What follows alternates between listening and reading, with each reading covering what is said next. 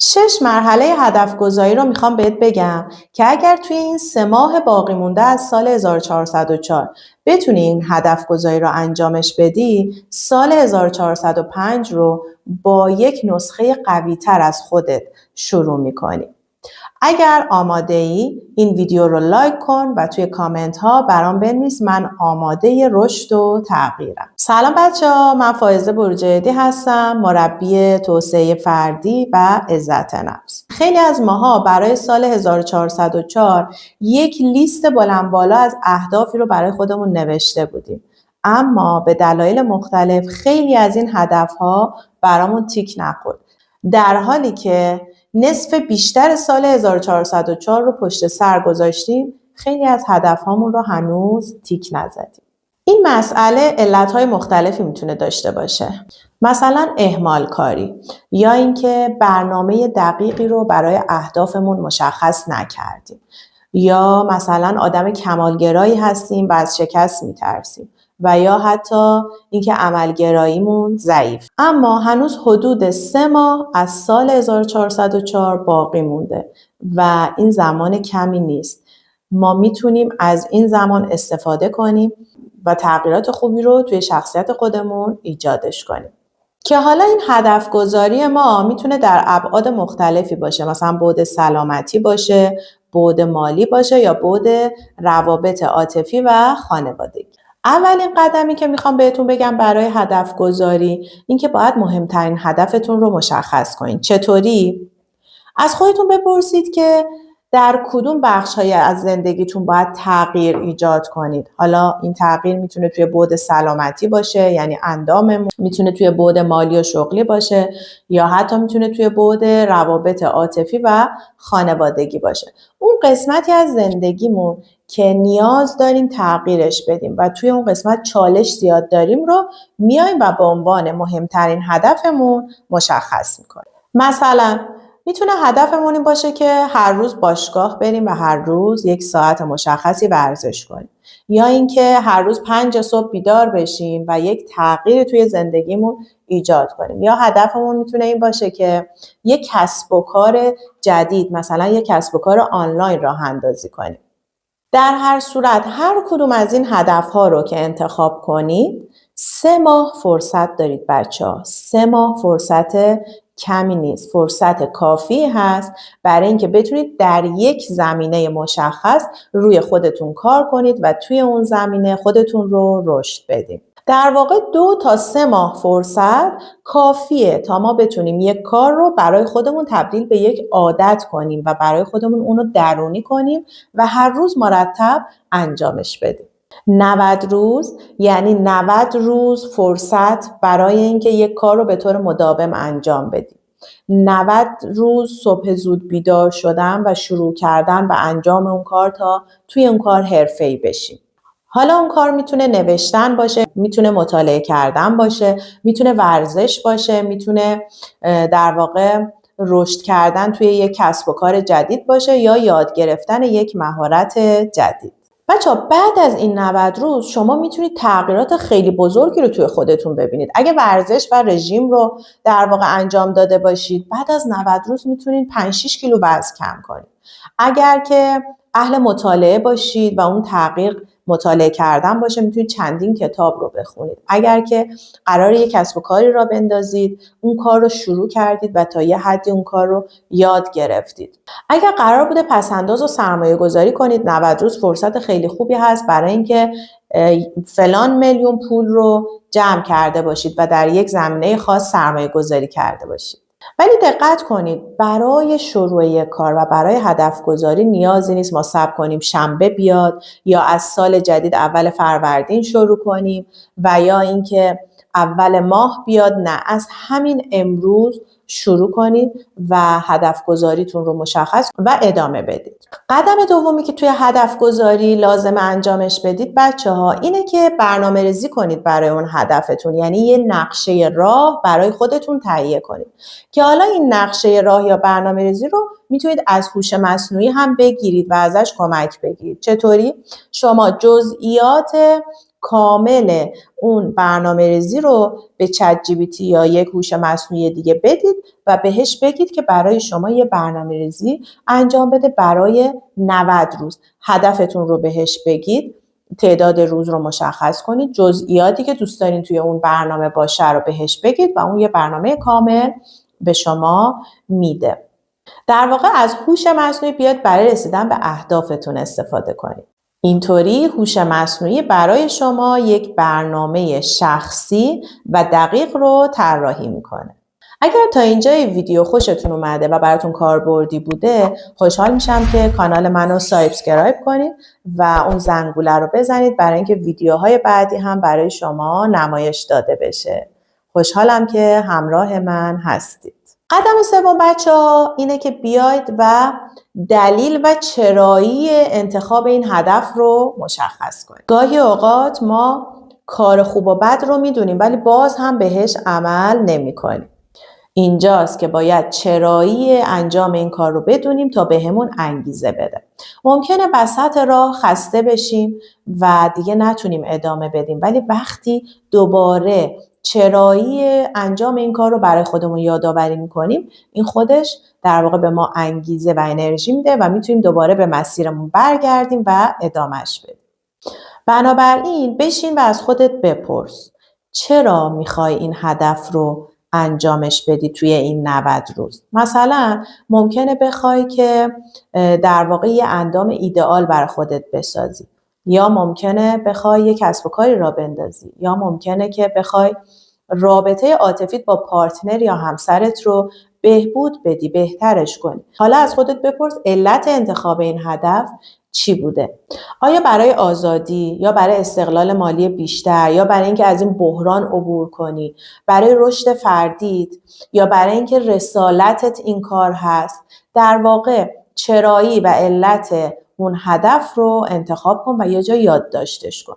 مثلا ممکنه به خاطر شرایط مالی خیلی سختی که داری تصمیم گرفتی که بیای و یک کسب و کاری رو راه بندازی، اما یه روزای واقعا سخت اون کارت و خسته میشی، فرسوده میشی، احساس میکنی که دیگه نمیتونی ادامه بدی. اما وقتی میای به چرایی کارت فکر میکنی، اینکه تو قرار رشد کنی، رفاه و آسایش بیشتری به دست بیاری، مسافرت‌های بیشتری بری، بتونی هر چی که میخوای برای خودت تهیه کنی، خونه و ماشین خوب داشته باشی، درآمد بالا داشته باشی، این خودش به تو انگیزه میده که باز از اون سختی بتونی عبور کنی، دوباره به مسیرت برگردی و بتونی حتی وقتی که حال و انرژی کافی نداری هم باز اون مسیر رو ادامه بدی. در واقع بچه‌ها چرایی و علت هدف به شما دیسیپلین میده، به شما این انرژی و نیرو رو میده که حتی وقتی که شرایطی ندارید هم با وجود سختی ها باز بتونید به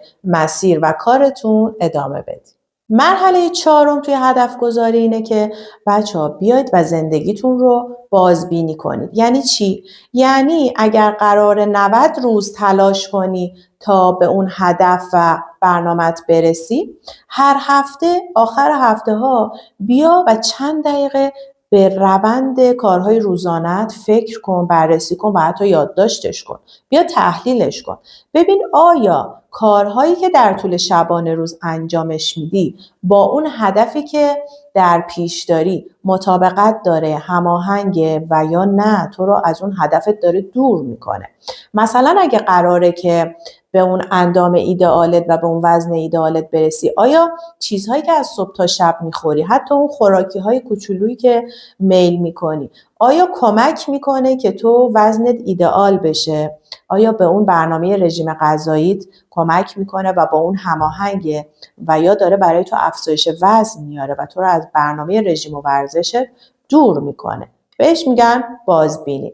و یا اینکه اگر داری یک پلن ریختی، یه نقشه ریختی و داری برنامه کسب و کارت رو پیش میبری و میخوای به اون کسب و کار ایدئالت توی این 90 روز برسی، آیا هر روز یک تایم مشخص داری برای اون تلاش میکنی؟ آیا کارهایی که از صبح تا شب انجام میدی تو رو به کسب و کارت نزدیک میکنه؟ اینکه پای تلویزیون میشینی، اینکه توی مهمانی‌های مختلف شرکت میکنی، اینکه مطالعه نداری، اینها در راستای در واقع راه اندازی کسب و کارته یا داره تو رو از اون هدفت جدا میکنه و دورت میکنه. مثال دیگه میزنم براتون. مثلا هدف شما اینه که رابطه عاطفی با پارتنر یا همسرت رو بهترش کنی، اون چالش ها رو بیای برطرف کنی. خب یه هفته اخیر تو بیا بررسی کن، ببین که آیا در طول شبانه روز با همسرت تنهایی وقت میگذرونی، با هم بیرون میرین، برنامه‌های مشترکتون رو با هم برنامه‌ریزی میکنید، در مورد مسائل مشترک زندگیتون با هم تصمیم گیری میکنید، در مورد بچه‌ها با هم صحبت میکنید، کتاب میخونی، مشاوره میگیری، سمینار شرکت میکنی، آیا دوره آموزشی میبینی برای اینکه هر روز آگاه تر بشی در این زمینه؟ آیا چالش ها تو نشستی یادداشت کنی که ببینی با همسر یا پارتنر دقیقاً چه چالش هایی داری و بیای توی اون زمینه آموزش ببینی و مطالعه کنی برای اینکه بتونی اونها رو حلشون کنی. بچه‌ها این میشه بازبینی ریشه‌ای زندگی که ببینی آیا دقیقاً کارها و برنامه‌ها در راستای رسیدن به هدفت هست یا خیر. بعد از اینکه بازبینی میکنید میبینید که یه سری از عادت‌ها، کارها و حتی یه سری از آدم‌ها رو باید از زندگیتون حذف کنید، چون نه تنها به شما کمکی نمی‌کنن بلکه شما رو از رسیدن به اون هدفتون هم دور میکنن. مرحله پنجم اینه که حواس پرتی‌های بیرونی رو بیای کنترلشون کنید. زمانی که آدم‌ها میفهمن که شما دارین تغییر میکنین، یه سری اهداف جدید برای خودتون طراحی کردید و غیره، تعداد خیلی کمی هستن که از این رشد و تغییر و تحول شما خوشحال میشن. تعداد زیادی از آدم‌ها از اونجایی که خودشون ثابت هستن و رشد و پیشرفتی ندارن، همه تلاششون رو میکنن برای اینکه جلوی پیشرفت شما رو بگیرن. مثلا ممکنه این جملات رو به شما بگن: چرا انقدر جدی شدی بابا؟ خیلی تغییر کردی. یا اینکه بس دیگه یکم استراحت کن، چقدر کار میکنی؟ دنیا 2 روزه، چه خبره مگه؟ میخوای به کجا برسی؟ یا مثلا اگه بخوای اون رشد و پیشرفت در زمینه کاری باشه، میگن این بازار که دیگه اشباع شده، درآمدی وجود نداره، دیگه از این کارها گذشته، دوره این کارها نیست. حالا برای اینکه این جملات رو نشنوی، دل سرد نشی و کسی تو رو از مسیرت بیرون نیاره، بیا و یه تصمیم بگیر. بهترین کاری که میتونی بکنی، بهترین تصمیمی که میتونی در این زمینه بگیری اینه که در مورد هدفها و برنامه‌هات با کسی صحبت نکن و بذار نتیجه کارت با آدم‌ها صحبت کنه. در واقع نتیجه کارت رو با آدم‌ها نشون بده. چون در این زمینه آدم‌ها نه تنها کمکی به تو نمی‌کنن بلکه جلوی رشد و تغییر تو رو هم میگیرن، چون میترسن تو از اونها جلو بزنی و اونها در جا بزنن و شاهد رشد و پیشرفت تو باشن. قدم ششمی که میخوام بگم برای اینکه توی این 90 روز بتونید به هدفتون برسید اینه که هر روز حداقل یک کار کوچیک، یک قدم کوچیک برای رسیدن به هدفتون انجام بدیم. ببینید بعضی وقتا ما انگیزه خیلی بالایی داریم و خیلی قدم‌های بزرگی میتونیم برداریم، ساعت‌های زیادی میتونیم در زمینه اون هدفمون کار کنیم، ولی بعضی روزا ما کاملا انرژیمون افت کرده، انگیزه نداریم، حالشون نداریم و واقعا حوصله انجام کاری رو برای اون هدفمون نداریم. حالا شما باید دیسیپلین داشته باشید، یعنی یک کار کوچیک رو تعریف کنید و بگید حداقل کاری که من روزانه باید انجام بدم اینه، حتی روزهایی که حال و انرژی هم ندارم. مثلا اگه قراره یک اندام ایدئال برای خودت بسازی و تصمیم گرفتی هر روز ورزش کنی و رژیم غذاییت رو رعایت کنی، حتی اگر یه روز حوصله ورزش و رژیم رو هم نداشتی، باز 15 تا حرکت شنا رو بری یا 15 دقیقه پیاده روی کنی. یعنی کمترین مقدار کاری که باید هر روز انجامش بدی، حتی در بدترین روزهای زندگیت رو در زمینه هدفت برای خودت مشخص کن. یا مثلا اگر یک کسب و کار آنلاین راه انداختی و یک روزی حوصله نداشتی، حداقل 1 ساعت در اون زمینه بتونی تولید محتوا کنی و با مشتری ها بتونی گفتگو داشته باشی. قراره که در طول این 90 روز یک اندازه مشخصی هزینه رو پس انداز کنی و بعد بتونی اون رو سرمایه گذاری کنی. پس یه حداقلی رو در نظر بگیر که هر روز باید اونو پس انداز کنی. حالا یا توی کارت بانکی بریزی یا توی حساب بانکی یا توی خونه کنار بذاری. به هر حال هر روز یه مبلغ مشخص، حتی خیلی کم رو کنار بذاری برای اینکه در پایان 90 روز بتونی اون سرمایه لازم رو جمع آوری کرده باشی. کلام آخر: اگر قراره سال 1405 رو با یه حس بهتر، با احساس رضایت بیشتر از خودت و با یه نسخه قدرتمندتر از خودت شروع کنی، لازمه که این 90 روز آینده سال 1404 رو بتونی روی رشد شخصیت کار کنی و مهمترین هدفت رو بهش رسیده باشی و حداقل شروعش کرده باشی. پس از همین امروز شروع کن و نسخه بهتری از خودت رو بساز.